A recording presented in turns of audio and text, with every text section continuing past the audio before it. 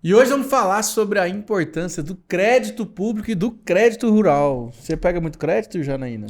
Bom, desse rural ainda não, mas quem sabe um dia tem a fazenda aí para pegar esse crédito, né? O produtor rural, ele precisa desses créditos, sejam públicos ou sejam privados, que auxilia aí, né, na gestão das atividades, no investimento da atividade rural, né, Pedro? Na verdade tem muita gente que fica com receio de fazer, acho que é fazer dívida, né? Mas na verdade, às vezes pode ser isso que está limitando o seu crescimento na sua atividade. Então, não é que dever é ruim. Tem que saber dever, né? Tem que administrar, tem dívida de alavancagem, tem dívida de consumo. E aí, vamos abordar esses temas aqui hoje com o nosso convidado, porque quem entende do assunto é ele, né? Nós somos aqui meros instrumentos para falar sobre o assunto. E ele é engenheiro agrônomo com MBA em Marketing, CEO da AGMK, consultoria em marketing específica para o agro e é assessor técnico da FAEG, que é a Federação de Agricultura e Pecuária de Goiás. Aqui nesta bancada estamos com Leonardo Machado. Seja bem-vindo, Leonardo. Opa, segunda vez já, né? Segunda Bem-vindo, vez. Leonardo. A próxima eu posso pedir música, né? E pode pagar um boleto também. Ah, né? meu Deus do céu. Aí não. Aí é melhor pedir só a música. Leonardo já é quase sócio do Agro 2 aqui, entende muito de mercado. Quando eu trabalhava na TV Anhanguera, eu brincava, Leonardo, sou eu de novo, te enchendo o saco novamente para pedir dados. Que isso, é um prazer sempre, né, falar com a Janaína. É difícil ter jornalista que entende, né? E a Janaína, ela domina, manja o agro, então fica fácil a entrevista. Além de jornalista, ainda é técnica agrícola, né? Pois é, então, olha que vantagem. Pelo Senar, inclusive, fazendo uma propaganda aí pelo Senar, depois vocês pagam nós aí. Mas vem cá, crédito rural e privado. Qual que é a diferença? A gente sabe que tem a ver com o governo, não tem. E qual que é a importância, né, dos dois para o agronegócio? O crédito, como vocês colocaram aqui, ele é a principal fonte de estímulo de qualquer economia, seja no rural, seja no comercial, no industrial. Você coloca crédito, a economia avança, o setor avança, né? E nós aqui no Brasil, seja pela nossa criação, seja pela falta de uma educação financeira, a gente é pouco alavancado em crédito, né? Um dado interessante nos Estados Unidos, o mercado de crédito, ele representa 120% do PIB. O que quer dizer? O dinheiro que rola em crédito é 20% acima de toda a riqueza que os americanos produzem. Porque são muito alavancados. Eu falo isso de crédito. Aqui no Brasil, a gente é em torno de 86% ainda. Então, a gente precisa crescer. Então, crédito é alavancagem. A primeira coisa que a gente tem que botar na cabeça é isso. Crédito é avanço da economia. Eu conto uma história rapidinho, né? Só pra não demorar. Que eu falo assim... Todo o tempo do mundo aqui. Tá tranquilo, tá tranquilo. Coisa boa. Representando o que seja o crédito, né? Um viajante chega no hotel e paga uma hospedagem R$100. Aquela nota de R$100, a dona do hotel vai lá e paga a farmácia que ela estava devendo. Esses R$100 que a farmácia recebe, ela vai e paga um panfleto que ela pediu para fazer numa gráfica, com aquele mesmo R$10. E a gráfica compra a tinta da pessoa que hospedou no hotel. Então você vê o dinheiro, né? Uma nota de R$100 gerou 4 negócios, né? O hotel, a farmácia, o dono da tinta e a gráfica. Crédito, né? Um foi dando crédito para o outro. Então esse é o poder multiplicador do crédito. E aí quando a gente fala de crédito rural, o governo ele incentiva o crédito para o setor rural. Como que ele incentiva? Ele disponibiliza, por meio de equalizações, que a gente vai falar um pouquinho mais na frente, recursos com juros mais baratos para o produtor rural. Fazer o seu custeio, investir, comercializar, e isso movimenta o setor. Só cada vez mais cresce o crédito privado, que são empresas, né, multinacionais, revendas, enfim, que têm colocado dinheiro no setor e movimentado ainda mais. O que eu sempre falo, e eu não tenho medo de errar sobre isso, não falta dinheiro para o agro. Todo mundo quer investir no agro. Então, precisa trabalhar com consciência, trabalhar de forma, como bem colocado, né? Com forma bem tranquila para não gerar endividamento. Que o ruim não é a dívida, o ruim é o endividamento descontrolado que não consegue quitar.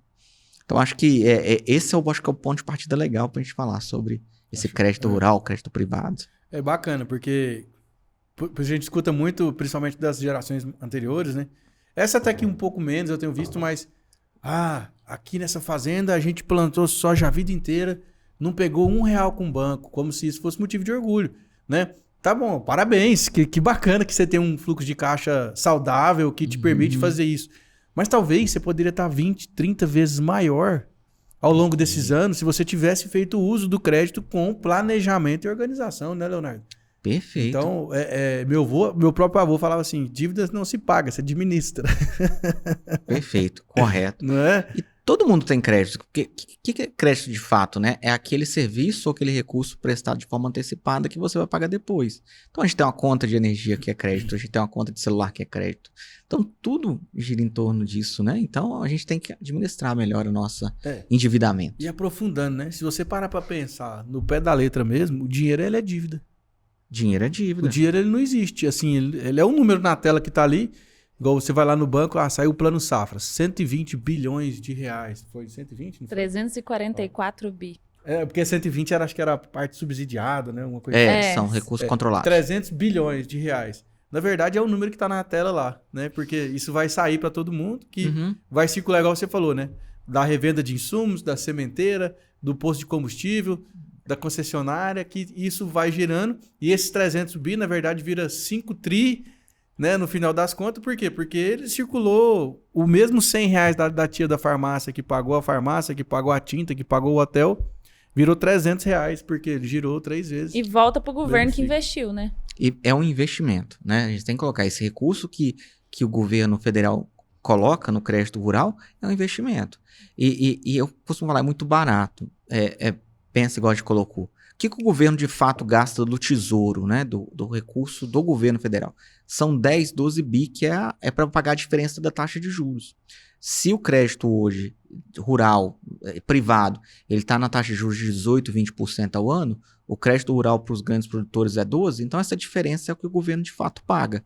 Isso aí vira, igual você colocou, vira valor bruto da produção. Você pegar o valor bruto da produção, estamos se aproximando aí de um valor exorbitante, né? Por quê? Porque é o que vai multiplicando, é o que vai crescendo, tudo isso com fonte de crédito. 1,1 trilhão, eu acho, valor bruto estimado ontem, né? Já chegamos a 1 trilhão. Dias. Perfeito. Trilhão de reais, é muito dinheiro, gente, é fora da curva, né? E quando você fala em expectativa e possibilidade de alavancar negócios, eu vejo muitos produtores que ainda estão estagnados, né, Pedro? Quando o assunto é alavancar. E uma matéria que eu fiz, inclusive, há poucos dias, sobre armazenagem.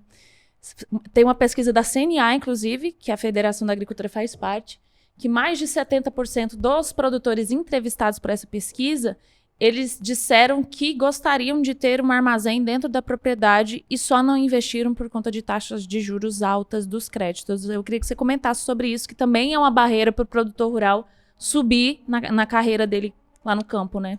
Se você pegar só o estado de Goiás, a gente vai produzir uma safra aí agora finalizando o milho, né? Em torno de 31 milhões de toneladas. A nossa capacidade de armazenamento está abaixo de 14. Então, assim, metade da nossa safra, ela não tem lugar de fato de ficar. Ela precisa ficar a céu aberto, ela precisa ficar em big bags, ela precisa ser logo exportada. E como que você reduz isso? Construindo armazenamento. E aí você tem programas específicos para isso. Destacando agora no programa, no crédito rural oficial, né?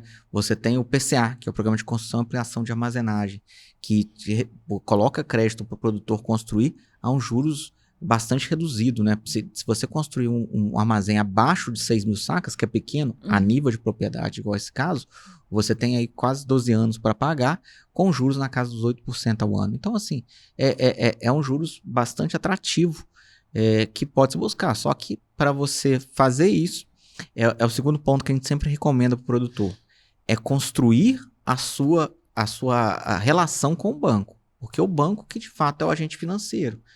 E aí a gente pega um segundo conceito de crédito, né? Crédito é acreditar. O credor é quem vai acreditar. É confiança, né? É confiança.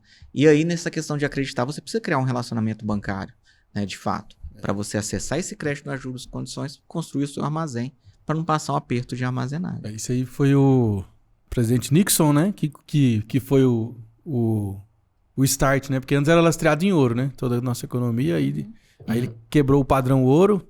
E aí uma série de outros países depois começou a fazer também e viu que funcionou. Porque, na verdade, para o mundo moderno já não fazia mais sentido, né? O ter o lastro em ouro. Porque Se administrar uma reserva de um país em ouro, pensa a mão de obra que é isso, né? E o volume, perigo, né? O volume para abastecer isso, né? Economias.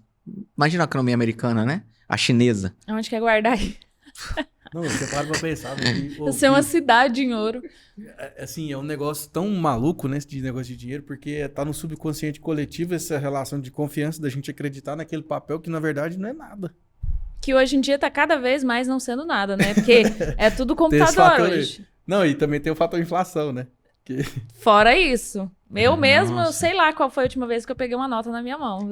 A minha carteira anda vazia de crédito. Não, todo mundo, né? Eu paguei esse tipo atrás, porque, gente, eu olhei pra você, quanto tempo eu não pago nada em dinheiro, né? E agora, até o governo brasileiro soltou agora uma moeda digital, né?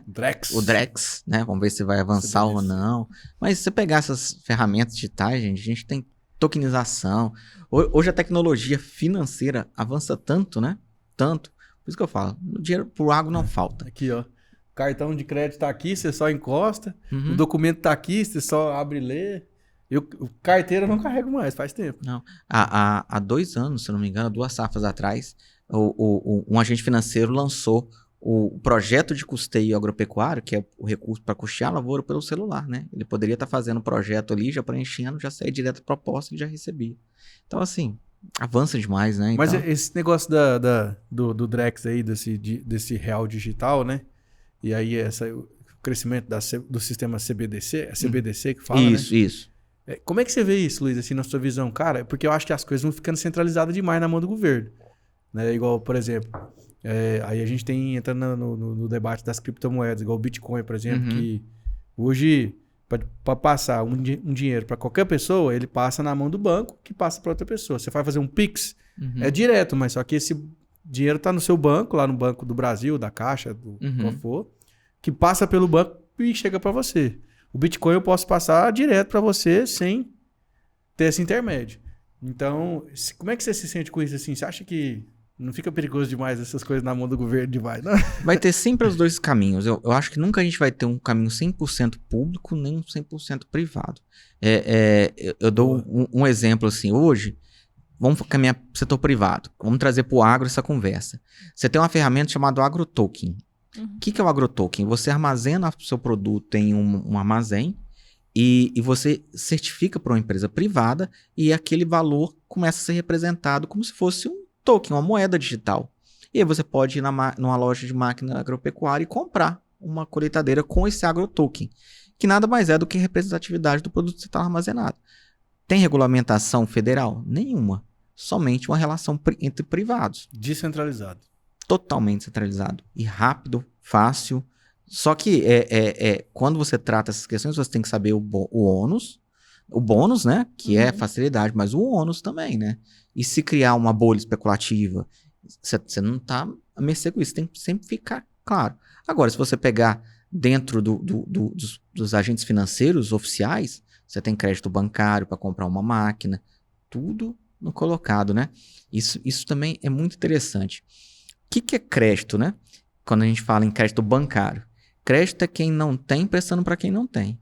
O que o banco faz? Ele junta o que você tem de poupança, que você tem aplicado, e reinveste emprestando dinheiro. A juros. É o spread, né? Olha o spread, né? Eu gosto de falar. Você aplica em CDB. Qualquer, né? A gente costuma muito aplicar em CDB. Te dá o quê? 13% ao ano. Aí ele investe, ele empresta 20%. Então o spread do banco foi o quê? 7% nessa brincadeirinha. Sem ele ter porque o dinheiro não é dele. Não é dele, ele administra. É quem não tem emprestando para quem não tem. Já o crédito privado, não. São empresas, né? Revendas, indústrias que tiram dinheiro dela para emprestar. Então você vai ter sempre os dois caminhos. Tanto umas relações fortes, privadas, bancárias, sistema financeiro, como sistema cambial. Que aí já é mais privado. Mas o banco também, né, Leonardo? Eu acho que ele tem... Porque ele tem a licença, né, para fazer isso desse jeito, lógico. E se eu não me engano, é 10 ou é 20% do valor que ele empresta que ele tem realmente. Alguma coisa assim. Então, você botou R$100 lá dentro, R$80 é virtual, R$20 existe. Isso é um conceito jurídico, né? Eu não sou advogado e nem quero ser, muito pelo contrário, né? Os advogados me desculpa. Mas o que você tem no banco não é mais patrimônio, é um direito. Você verdade. tem ali um direito, Boa. né? Dentro do banco. E esse direito de você utilizar. Então, tá na mão do banco. Ele tá pegando aquele dinheiro e fazendo dinheiro, né? Emprestando, seja por rural, seja por mobiliário, seja para qualquer outro tipo de atividade. Então, o banco ele faz isso. O banco nada mais é do que pegar de um lado e emprestar para o outro. E assim ele vai girando. Ah, mas e se quebrar? Você tem um fundo garantidor, todo banco ele possui um recuo, um socorro, digamos assim, lastro, né? um lastro para socorrer em situações como essa. Só que, graças a Deus, no Brasil, há muito tempo a gente não tem grandes problemas como bolha especulativa. Nos Estados Unidos a gente teve várias, né? Então, tem vários, né? Mas, enfim, torcer para que a gente continue bem nesse ponto. Vamos viajar. Eu gostei dessa prosa aqui, que eu gosto dessas viagens meio doidas assim. Se você parar pra pensar, cara, aí a gente vai evoluindo a conversa, vai pensando aqui, me deu um insight. Igual, por exemplo, você falou, né? O dinheiro que você tem no banco, ele não é seu, ele é um direito que você tem de um crédito proporcional, né? Relativo àquele montante que tá ali. E aí a gente vai evoluindo. Então, não existe propriedade privada, então. Porque você tem a sua casa, a sua fazenda. Você tem o direito de utilizar ela, mas ela não é sua, porque se você não paga ITR, você não faz o que você tem que fazer, o Estado pode te tomar ela, né? Pode, você tem aí que a gente começa a entrar nas garantias, né? Porque o crédito é uma pirâmide, né? Juros, garantias e a sua pessoa. Então, se você é uma pessoa controlada, uma pessoa bem vista, tem uma boa relação com o banco, você vai precisar de menos garantia para pegar um juros melhor. Agora, se você não tem tantas garantias e também não tem como se diz, uma idoneidade financeira tão boa, os juros para você sempre vai ser maior. E aí, quando você perde tudo isso, você sofre perdendo suas garantias. E isso vai cada vez mais aumentando. A lei, isso é importante de colocar, a lei ela sempre protege quem empresta. Tá? A lei ela protege quem está emprestando, porque é realmente quem está colocando. Quem tem a Quem grana, tá correndo quem tem a risco, bala na né? agulha. Quem está correndo o risco. Então, é aquela questão, cuidado com o que você vai gerenciando o seu endividamento, porque isso pode ser bastante... Você pode perder muito rápido, né? Principalmente quando a gente trabalha em crédito privado. Crédito privado é bom? Excelente. Está crescendo demais. Fiagros, CRAs, CPRs, está avançando como um tudo. Mas muito cuidado, porque ele não é igual o crédito bancário, você tem todo aquele processo de negociação, né? Não, ali já vai direto nas garantias, a gente pode ter problemas. E quando a gente fala em crédito público, você chegou a citar os 20% que o banco cobra e que ele só paga 13%.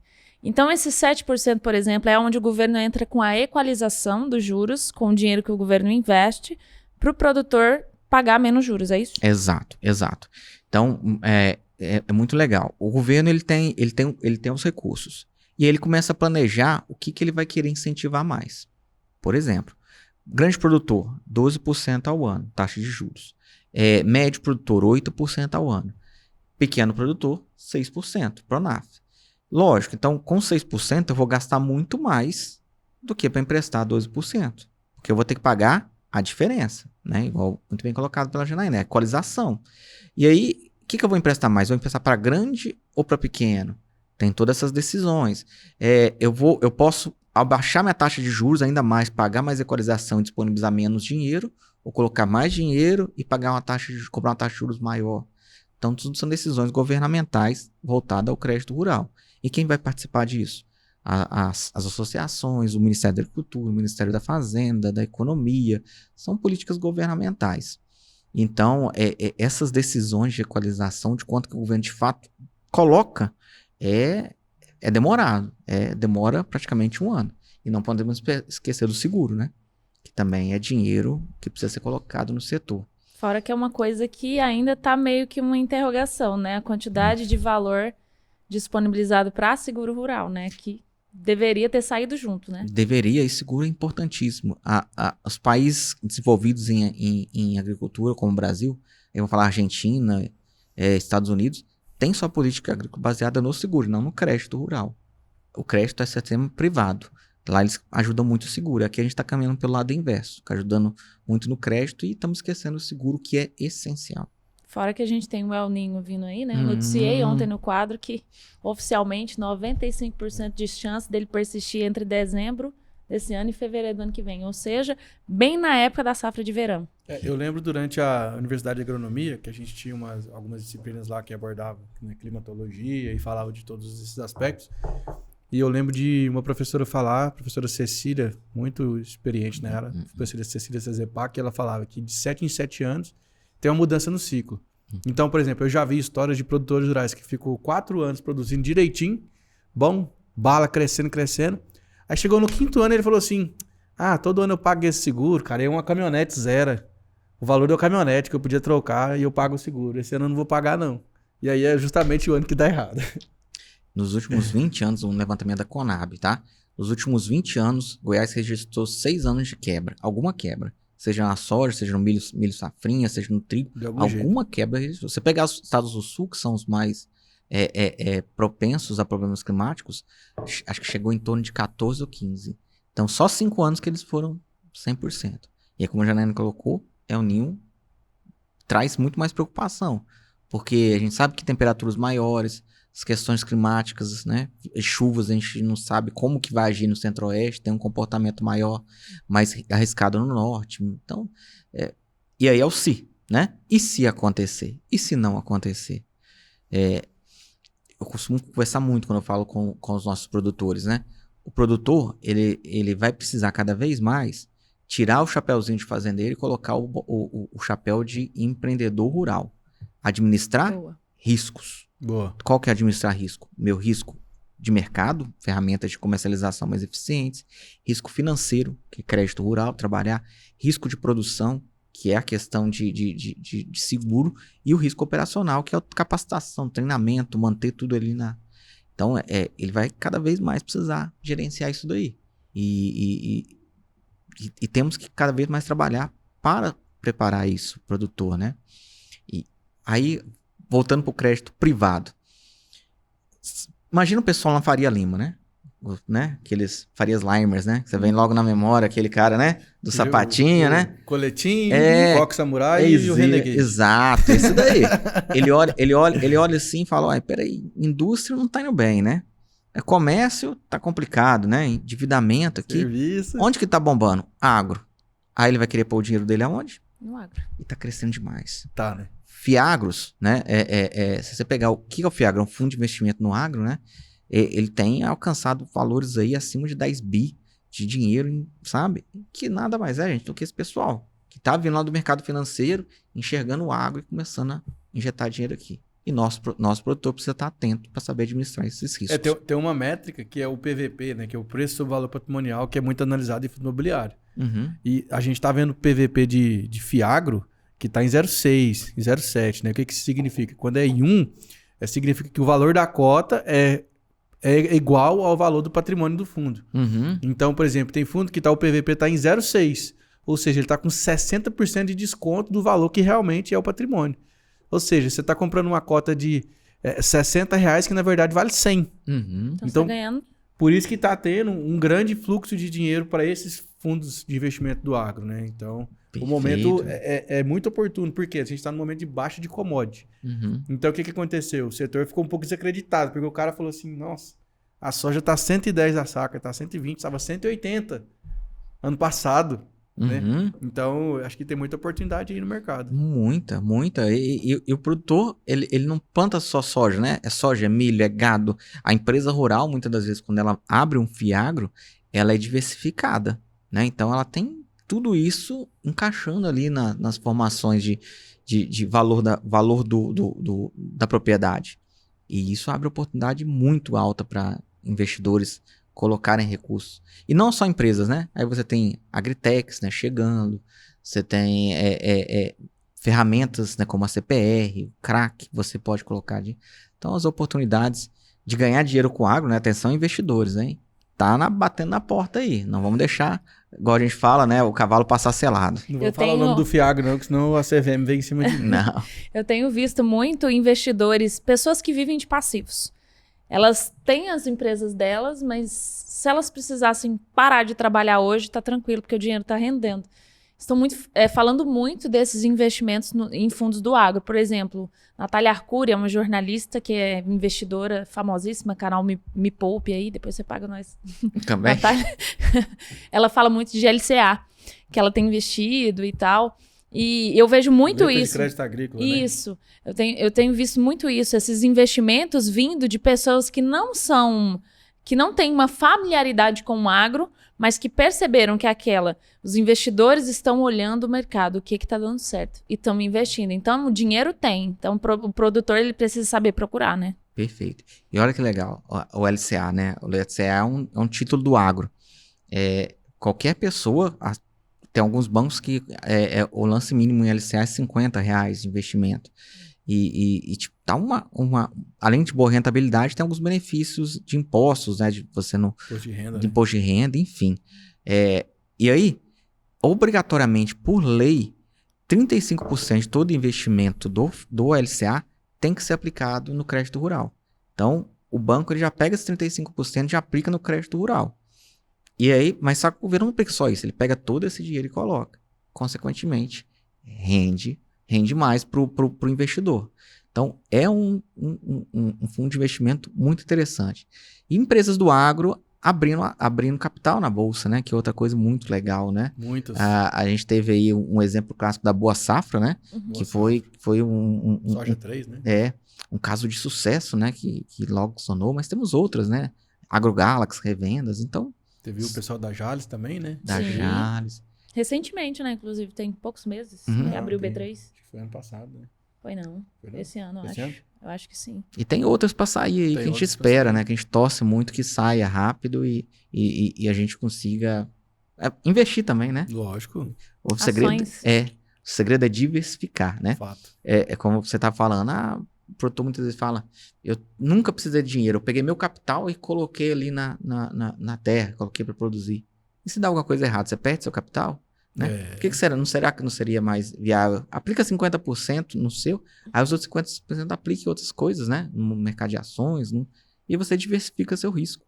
E é por isso que a gente fala muito da questão de tirar o chapeuzinho de produtor, de fazendeiro, coloca de empreendedor rural. Eu sou um empreendedor rural, eu preciso administrar bem meu negócio. Leonardo, assim, outra linha de crédito também, que eu vi que teve um boom muito grande agora, que é a questão da alta de juros, né? Que acaba impactando nesse mercado, que é o consórcio.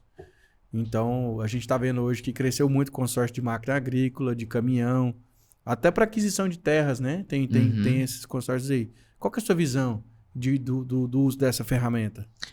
Ela é uma ferramenta para longo prazo. Primeira coisa, você tem que saber que você está pagando um consórcio, muitas das vezes não é para você pegar naquele momento. Você está investindo para que no futuro você tenha, dar um lance, fazer tudo isso.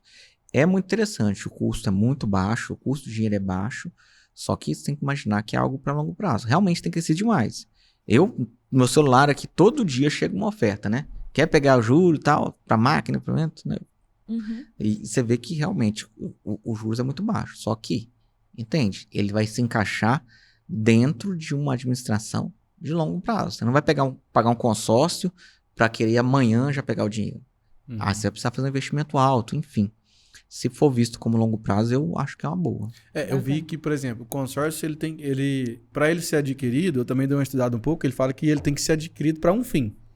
Então, por exemplo, eu quero comprar minha máquina agrícola. Vamos supor que a máquina custa R$1 milhão. Você vai estudar aquelas cartas de crédito ali de R$1 milhão que tem para comprar esse consórcio. E aí você tem um histórico de lance. Você viu lá que, por exemplo, 50% contempla a carta.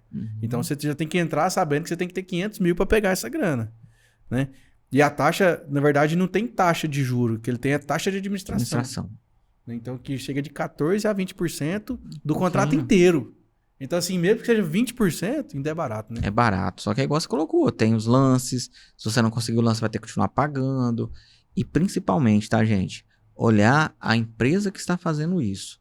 A idoneidade dela, a certeza de que realmente ela tem aquilo para aplicar, porque a gente sabe que muitas das vezes a gente tem muita gente ruim, né? Tem. E no mercado financeiro, é o que Brasil mais tem. ainda, né? Nossa. Infelizmente, né? Infelizmente. Então a gente tem que estar atento a isso. No Brasil, a gente tem diversos tipos de produtores. Tanto em tamanho, quanto em cultura, quanto em personalidade. Beleza, dentro desse aspecto de diversidade de produtores, tem que ter uma diversidade de crédito. Eu, como produtor, independente de que diversidade eu sou, como que eu posso escolher qual o melhor crédito, seja público ou privado, para mim? Então vamos lá. Primeira coisa, sempre que você vai entrar numa instituição financeira para acessar um crédito, a primeira coisa que o banco vai fazer é te classificar como pequeno, médio e grande. Como que ele te classifica? Pela sua receita bruta no ano anterior. Se você vai de 0 a 500 mil reais de renda bruta, você é Pronaf, ou pequeno produtor. De 500 a 3 bilhões é médio, acima de 3 é grande. O que diferencia isso? Taxa de juros. Se você é grande, você tem a taxa de juros de 12% ao ano no custeio. Se você é médio, você já tem uma taxa de juros de 8%. E além de alguns recursos de investimento mais baixo. O pequeno é o melhor, 6% ao ano, chegando em alguns casos até 4%. Se você produz uma agroecologia, produto da cesta básica, enfim. Então, a primeira coisa é isso, né? Eles vão te classificar. E aí, com as formas dessa classificação, você vai ter opções interessantes. Por exemplo, nós aqui de Goiás, nós estamos no Centro-Oeste, temos a opção de ter o FCO, que é uma fonte de recurso bastante interessante com juros mais atraentes para algumas linhas de crédito, né? E que, inclusive, tem outros estados nas formas deles, né? Aqui, Goiás, Mato Grosso do Sul e DF é o FCO. Nordeste, Fundo do Nordeste. E para a região Norte, Fundo da região Norte, né? O FNO. Então, são ações interessantes. E aí, é muito interessante. Quando você olha crédito público, você tem linhas específicas, o controle mais rígido. Quero comprar uma máquina. Então, é o Moder Frota. Eu quero comprar um armazém. PCA. Eu quero fazer um investimento em transformar minha pastagem em área agrícola. Aí você tem o antigo programa ABC, que hoje é Renova Agro, conversão. Então, você tem os específicos. Agora, se você for pro privado, é mais livre, né? Você faz um projeto. Então eu quero um projeto aqui que vou comprar uma propriedade, existem fundos para isso. Vou comprar uma propriedade, eu quero fazer um armazém, uma irrigação, eu faço um projeto de quantos anos e apresento para um fundo, para um investidor que vai me financiar frente a isso. É mais tranquilo, menos amarras burocráticas, né? Mas temos que tomar sempre cuidado, né? Porque menos amarras burocráticas são muito mais firmes. Então, vai de situações para situações. Dentro desses tipos de crédito privado, por exemplo, você até citou que tem pessoas que não são idôneas, a gente sabe como que o produtor pode analisar isso, né? Porque tem 300 e milhares de empresas oferecendo as coisas para ele tem que saber qual que é a melhor para o caso dele, porque às vezes essa empresa aqui é boa para a propriedade do Pedro, para o negócio que ele quer, mas às vezes não é bom para mim. Então, como que eu escolho uma empresa que, além de idônea, vai se encaixar melhor no meu perfil? Perfeito. Primeira coisa, o histórico dela. Primeira coisa que você sempre olha. O que você já fez? O que ela faz, né? Onde que ela já foi viável a aplicação? Quais os resultados que ela obtém? Ela é uma empresa aberta à bolsa? Da onde que vem o capital? Taxa, tudo. Olhar o histórico da empresa. E segundo, ver se ela tem um conhecimento realmente com a água. Que muitas das vezes você tem muitos investidores chegando aqui, né? Os Faria Limer, né? Que a gente fala. Chegando aqui, mas sem conhecimento nenhum. E aí, vai travando, não vai saindo. Então, o histórico, vê o que ela já fez. E aí, a gente começa a fazer um trabalho mais próximo, né? Frente a isso. Você tem muitos fundos de investimentos bons hoje, aplicando no agro, sabe? Então, é interessante o produtor procurar e saber mais sobre eles. E quando ele vai procurar, assim, a gente sabe que tem produtores que são completamente tecnificados, entendem do mercado como ninguém. Mas a gente tem realidades de produtores diferentes, que às vezes ele tem essa dificuldade de entender aonde procurar, com quem procurar. Como que ele pode, dentro do que você tem visto aí do mercado, às vezes da FAEG, do Senar, ou até da iniciativa privada, procurar essa ajuda, né? Para ele ter uma consultoria que realmente ele vai contratar alguém de fato que vai beneficiar a propriedade dele. Hoje a gente tem algumas corretoras de investimentos que possuem esses contatos, esses fundos. A corretora, né, nesse caso, ela nada mais é do que uma ponte entre um fundo de investimento e o produtor. Então, em Goiânia, hoje você já tem algumas corretoras bastante interessantes que fazem esse projeto. Então, basta o produtor mesmo procurar uma corretora de capitais interessantes para poder fazer esse tipo de investimento e fazer esse tipo de consultoria, né? Porque, na verdade, é uma consultoria. É o que você precisa, o que você tem e da onde que eu vou buscar. Então, é sempre importante você colocar isso daí. Uma dúvida que surge muito na cabeça, às vezes, do produtor e às vezes quem está de fora do mercado também, qual que é o melhor momento? Porque existe o melhor momento para você vender e comprar um imóvel rural, coisa que eu e o Pedro a gente descobriu aqui. Intervalo de uma semana pode ser 90 mil reais a menos no seu bolso. Foi um exemplo que usaram aqui, né, de impostos. Que na verdade é o percentual, né? Que é o do valor do negócio. Isso, que às vezes você poderia pagar 20% de imposto, ou você poderia pagar 16%, você está pagando 21%, 22% por conta de uma época. Existe um momento ideal para se pegar crédito rural, seja público ou privado? Então, o crédito rural público, né? O quanto mais cedo você conseguir apresentar sua proposta, melhor. Porque o crédito, infelizmente, não abarca todo mundo. Hoje, de acordo com o levantamento que a gente tem na Federação da Agricultura, se pegar o crédito o rural, o do governo, ele atende 30% do custeio do produtor. Então, se o produtor está ali, ele tem um custo de 5 mil na soja, de crédito privado, vai dar em torno ali de 2 mil, sabe? Algo nesse sentido. Então, para você garantir isso, quanto mais cedo você entrar, melhor. Então, por exemplo, eu já tenho que começar a pensar na safrinha do ano que vem. Se eu quero pegar crédito privado, para essa safra eu já não consigo mais. Já passou. Crédito público. Público, desculpa. Pega público, já acabou. Já esgotou. Já esgotou. Ele tem que pensar na safrinha. Então, ele tem que ir no banco agora e já buscar. Crédito privado vai depender muito do humor da economia, né? A gente tem visto aí agora a taxa de juros caindo consideravelmente. E aí é o momento de analisar isso.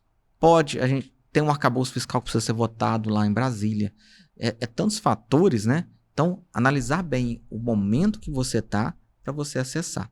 Tem momentos realmente muito ruins, né? O momento atual agora, né? Assim, eu considero um momento não tão bom. Fala agora dia 15 de agosto, né? Por quê? Porque você está tendo um problema político, né? Você tem uma votação de uma reforma da Previdência no Senado. Então, o mercado está meio receoso, né? Essa reforma tributária aí, e aí, quando você está receoso, taxa de juros você leva. O momento é esperar, talvez, um pouco, melhorar o ambiente, que esperamos que melhore, para que a taxa de juros continue caindo e a gente consiga acessar melhor. Então, situações. E como a reforma tributária vai ser só outubro, novembro lá no Senado, o produtor ele tem que ficar de molho observando o mercado, é isso? Exato. E não só a reforma, tem um arcabouço, né? Tem um arcabouço, a gente viu recentemente uma rusga aí entre o ministro e o presidente da Câmara. Tudo isso é muito complicado. Então, produtor, analise, observe o mercado, observe o cenário político, que isso aí tudo vai refletir para você acessar ou não uma boa taxa de juros. Bacana. E você tem uma consultoria, a gente sabe que a gente queria saber como que foi formada, o que você pode ajudar o produtor aí, às vezes até nesse assunto. Ah, né? Legal. A minha experiência que eu tive, desde quando eu me formei, eu sempre trabalhei muito na área, eu falo, sou agrônomo de escritório. Eu nem botina eu tenho, olha que vexame, mas é dessa forma. E eu vi que um grave problema que a gente tem no nosso setor, tô falando aqui com a pessoa, com vocês que sabe muito mais do que eu, é a comunicação do agro, né? Fato. Não só assim, a nossa comunicação com o mundo lá fora. Eu falo a própria comunicação das empresas com o produtor rural, né? Tem empresas que têm dificuldade de comunicar com o seu público, né?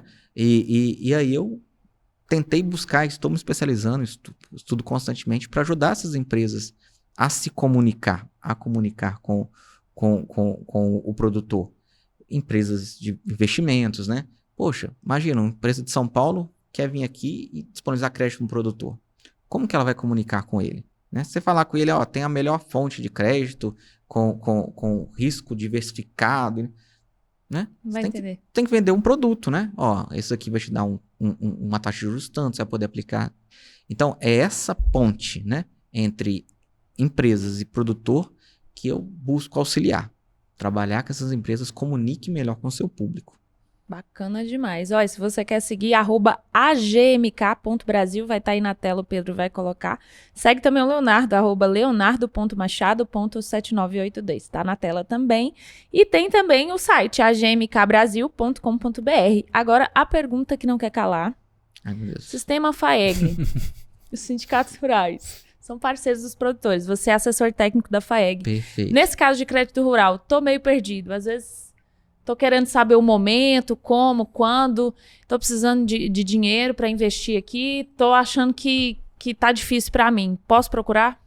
Primeira porta que o produtor tem que bater quando precisa de um auxílio, seja no CREA, seja de qualquer outra atividade, é o sindicato rural do seu município. O sindicato rural está presente para auxiliar o produtor que precisar.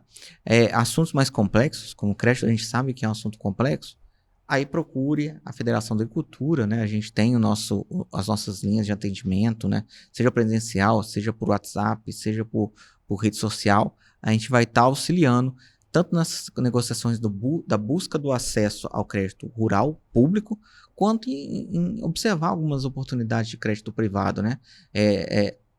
Em breve a gente vai estar fazendo a gente tem estudado muito em fazer uma parceria com algumas empresas para que possa fazer essa ponte, né, entre o crédito privado. Então a gente está trabalhando dentro desse ponto também. Então, o Senar, ele tem o seu programa de ATEG, que ajuda também o pequeno produtor na captação dos seus recursos. Cursos, né? O Senar tem vários de crédito rural, análise de investimento no agro, o Senar tem esse curso. Administração rural. Administração. Então, são várias as formas que a gente pode facilitar esse processo. Bacana, se você quer saber, @SistemaFaeg nas redes sociais e também sistemafaeg.com.br. Digitou, tá aí na tela, digitou, tem um monte de curso lá disponível para você dentro da plataforma e também tem o telefone lá dentro dos sindicatos rurais para você procurar. Mas o sindicato rural, se você perguntar aí na sua região, com certeza tem produtor sabendo exatamente aonde que vai. O sindicato rural, hoje nenhum sistema é tão pulverizado como o sindical rural, né? Tem Emater também. Emater. Então, assim, o produtor pode encontrar que você vai ter várias respostas para que possa auxiliar. E nós, ali no Sistema FAEG, nós estamos aqui para servir o produtor. Nós existimos para isso. E a gente sabe que crédito é um ponto necessário que a gente vai atuar e ajudar ele nessa captação dos recursos. Bacana demais, Leonardo. Sempre um prazer conversar contigo, obrigado, entrevistar você. Que isso. Da TV pro podcast. Parceria antiga. Com certeza. E pode me chamar mais vezes, né? Terceira vez poder pedir música, não pagar boleto. Pedir música, tomar um café. Oh, maravilha, coisa boa. É isso. Se você não entendeu direito, como eu gosto de falar, rebobina a fita, assiste de novo. Deixa o seu like aí, ativa o sininho. Tem mais de 200 episódios para você acompanhar sobre agronegócio, sobre economia, como a gente falou aqui, administração, gestão. Tem de tudo, tecnologia. Tem também o nosso portal, agro2.com.br. Tem também as nossas redes sociais, @portalagro2. Tem também a minha rede, me segue lá, @Janaína Honorato. E o melhor, @de Goiás. Por Pedro Maia. É nóis. Segue lá. É isso, gente. Segue o Leonardo lá, a gente colocou o @dele aí, segue o Sistema FAEG, você vai ficar por dentro de tudo que é sobre crédito rural, privado e público. Obrigada, gente, e até a próxima. Tchau, tchau.